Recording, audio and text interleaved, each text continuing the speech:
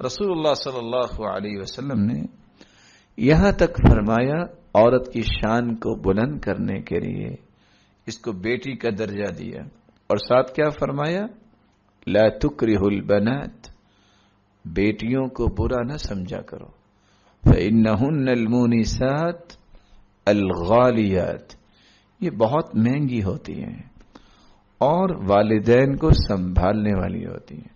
بلکہ فرمایا من عال جاریتین، جس کو 2 بیٹیاں اللہ نے دی ہیں اور وہ ان کی صحیح پرورش کرتا ہے، حتی یدرکا، اور یہاں تک کہ وہ بالغ ہو جاتی ہیں، پھر ان کا اچھا بندوبست کر دیتا ہے، قیامت کا دن ہوگا دخلت انا وہو الجنہ کہاتین، اپنی 2 انگلیاں صحابہ کی صحیح سامنے کی، میں اور وہ جنت میں اس طرح اکٹھے داخل ہوں گے۔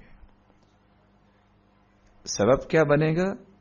2 بیٹیوں کی صحیح پرورش اور 2 بیٹیوں کے لیے اچھے گھر کا انتخاب۔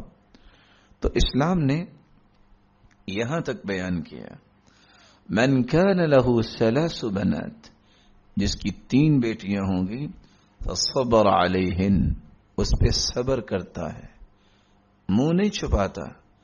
یہ جاہلیت کا ایک تصور تھا، وَإِذَا بُشِّرَ أَحَدُهُمْ بِالْأُنثَى ظَلَّ وَجْهُهُ مُسْوَدًّا وَهُوَ كَظِيمٌ، اگر بیٹی پیدا ہو جاتی تو اپنے منہ کو چھپاتا پھرتا تھا، لوگ کیا کہیں گے، لوگ کیا کہیں گے، تم کس کے بیٹے ہو، تم بھی تو کس کے بیٹے ہو نا، اور وہ اپنے لیے بہت بڑا تانا سمجھتا۔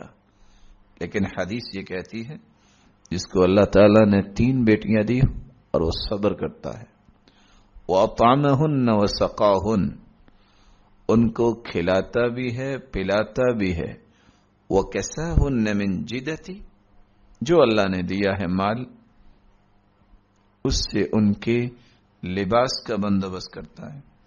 قیامت کا دن ہوگا کُنَّ لَهُ حِجَابًا مِنَ النَّارِ، یہ تینوں بیٹیاں جہنم کے سامنے دیوار بن جائیں گی، والدین کو جہنم نہیں جانے دیں گی۔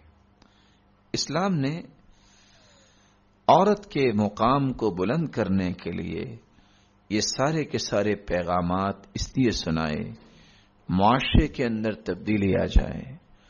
معاشرہ جو عورت ذات کے اتنے خلاف تھا کہ عورت کو دیکھنا پسند نہیں کرتا تھا، اسلام نے اس کی عظمت کا چرچا کیا، اسلام نے اس کے تقدس کو پیش کیا، بلکہ اسلام نے اس کے تشخص اور عزت نفس کی حفاظت کا پیغام دے دیا۔